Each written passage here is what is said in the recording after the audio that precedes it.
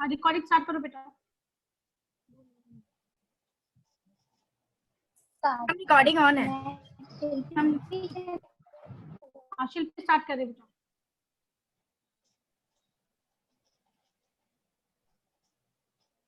मैं शिल्पी चंद्रवंशी कक्षा 7 आप सभी के समक्ष एक चौपाई प्रसंग से ली गई चौपाई का प्रसंग है, धुआं अच्छे और बुरे दोनों योग्य है, उसी प्रकार मनुष्य। ओ धूम कुसंगति तारिक होई, लिख पुराण मंजू मसी सोई, सोई जल अनल अनिल संघाता, होई जल दे जग जीवन दाता। राम सिया राम जय जय राम, राम सिया राम जय जय राम। अर्थात कुशल के कारण धुआं काले कहलाता है, वही धुआं सुंदर स्याही बनकर पुराण लिखने के काम में आता है, और वही धुआं जल अग्नि और पवन के संग से बादल होकर जगत को जीवन देने वाला बन जाता है। धन्यवाद।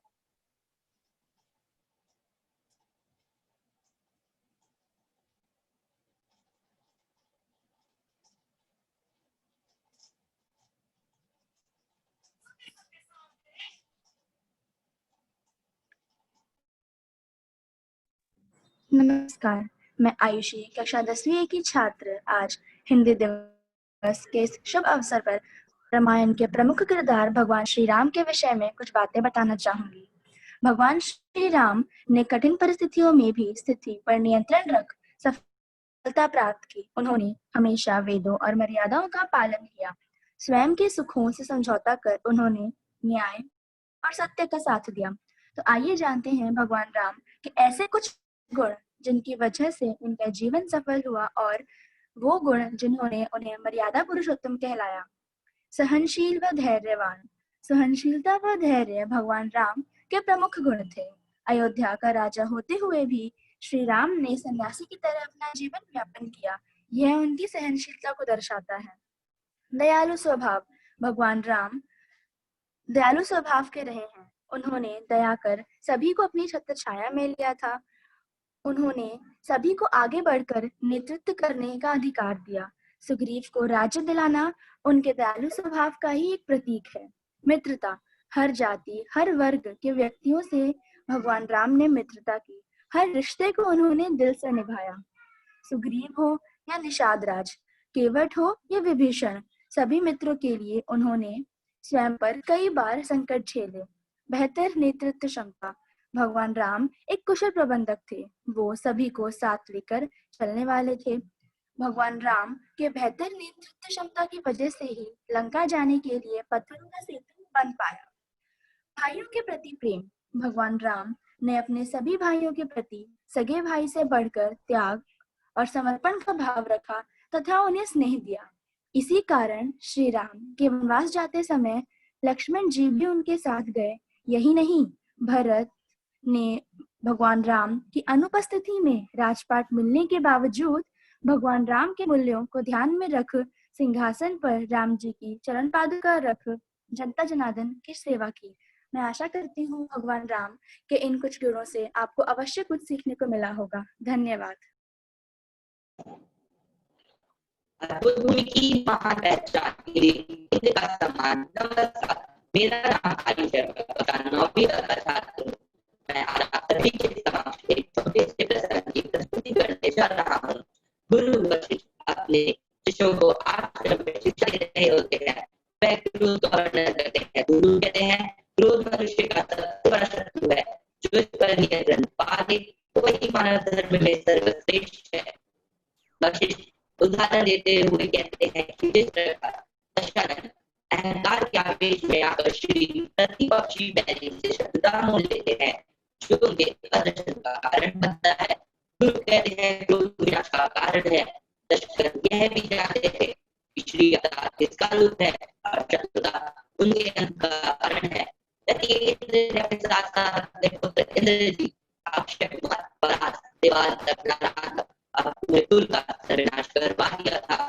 गुरु कहते हैं अहंकार के आवेश में मनुष्य के अपने क्रोध को अनियंत्रित कर यह भूल जाता है कि परमात्मा और मनुष्य में क्या अंतर है। भले ही आवेश के विनाश का कारण बनता है। कहते हैं अहंकार के समय देव, दानव, मानव अहंकारी अभिमान के चक्र में अपना स्वाभिमान भूल जाते हैं। वशिष्ठ कहते हैं लोग के समय पंडित प्रमुख एक समान हो जाते हैं। लोग अहंकार, ईर्ष्या, सद्गुरु के ही अनुकूल है। अगर हम इनका त्याग करते हैं तो धर्म कर्म में सबसे ऊंचा स्थान मानव का है। गुरु का त्याग करना ही उचित है। धन्यवाद। नमस्कार, मैं दर्शिका चौधरी कक्षा 9वीं की छात्रा आज श्री रामचरितमानस से लिया गया दोहा आप सभी के समक्ष प्रस्तुत करने जा रही हूँ। राम अनंत अनंत गुण अमित कथा विस्तार न मानी जिनके विमल विचार, जिनके विमल विचार। अर्थात रामचंद्र जी अनंत हैं, उनके गुण भी अनंत हैं और जिनके विचार निर्मल हैं वह इस कथा को सुनकर आश्चर्य नहीं मान।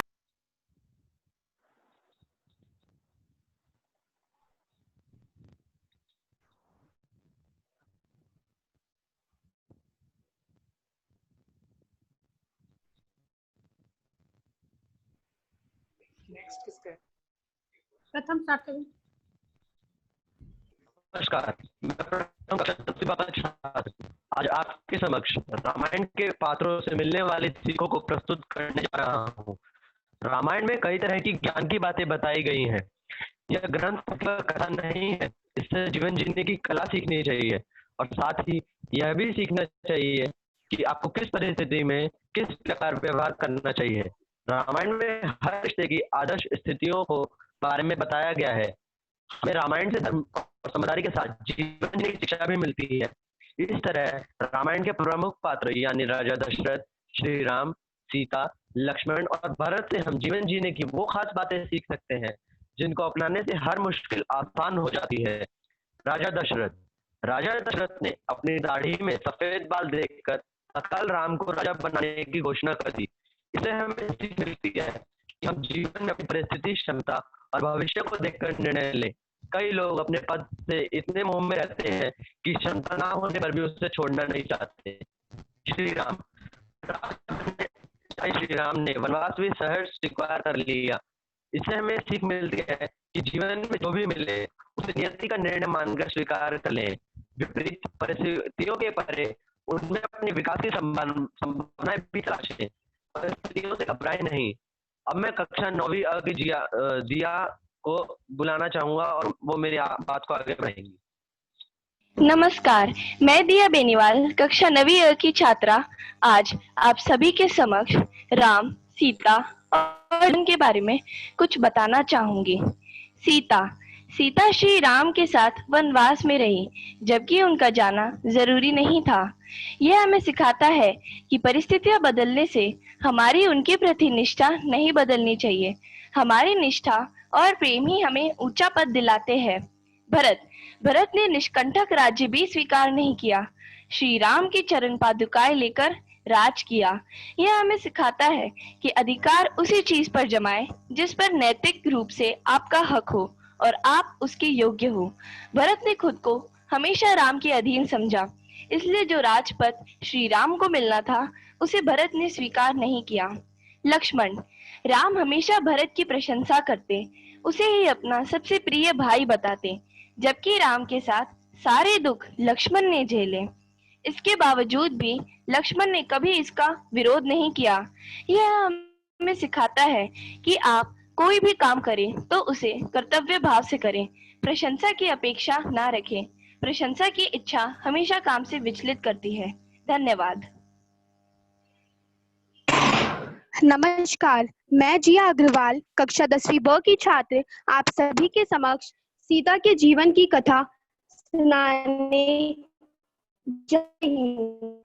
सीता जो एक राजा की पुत्री हैं, एक राजा की पुत्र वधू हैं और एक चक्रवर्ती राजा की पत्नी हैं। फिर भी अपने कुल गौरव और स्वाभिमान की रक्षा करते हुए किसी से सहायता मांगे बिना कैसे वो काम अपना स्वयं करती हैं। स्वयं अपना धान कूटती हैं, स्वयं अपनी लकड़ी काटती हैं, स्वयं अपनी चक्की पीसती हैं और अपनी संतान को स्वावलंबी बनने की शिक्षा कैसे देती हैं।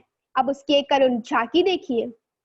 जनक दुलारी कुल वधु दशरथ जी की राजरानी होके दिन वन में बिताती है। रहते थे घेरे जिससे दास दासी आठों याम, दासी बनी अपनी उदासी को छिपाती है। धर्म प्रवीणा सती परम कुलीना सब, विधि दोषहीना जीना दुख में सिखाती है। जग माता हरि प्रिया लक्ष्मी स्वरूपा सिया, कूटती है धान भोज स्वयं बनाती हैं।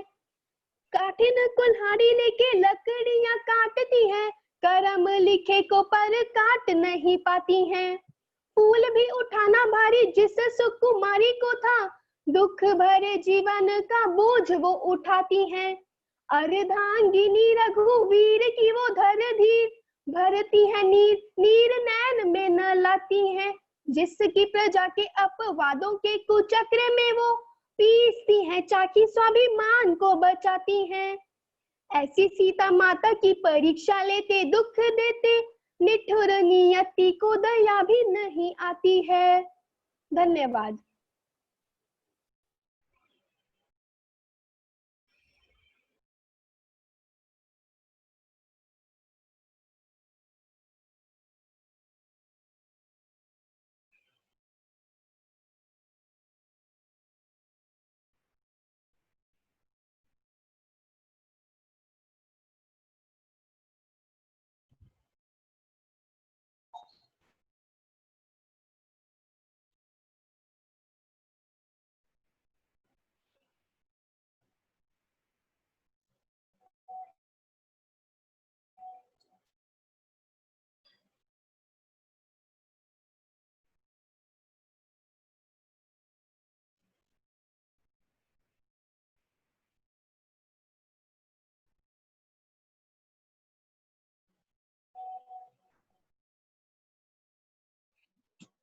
समारोह में उपस्थित सभी वृद्धजनों का हम हृदय से आभार व्यक्त करते हैं कि आप सभी ने इस आयोजन में उपस्थित होकर और अपना अमूल्य समय देकर हमें कृतार्थ किया। इसके लिए हम हृदय से आपको धन्यवाद ज्ञापित करते हैं। धन्यवाद।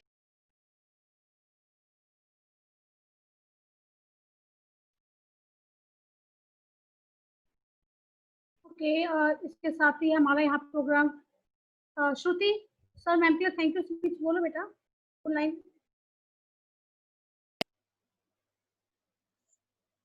समारोह में उपस्थित हमारे आदरणीय निदेशक जी, प्रधानाचार्य जी और सभी विद्वत जनों को हम हृदय से धन्यवाद करते हैं।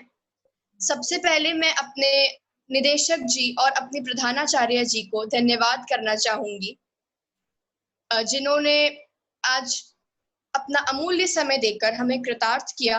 इसके लिए उनका हृदय से धन्यवाद।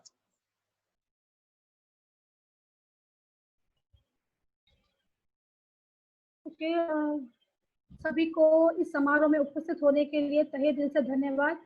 और हम सब ये आशा करते हैं कि आपको प्रोग्राम पसंद आया होगा। अगर कोई कमी रह गई हो तो प्लीज, ये बच्चे हैं इन्होंने बहुत एफर्ट्स किए हैं, तो छोटी छोटी भूल को क्षमा कीजिएगा और बाकी सब आपके सामने ही है।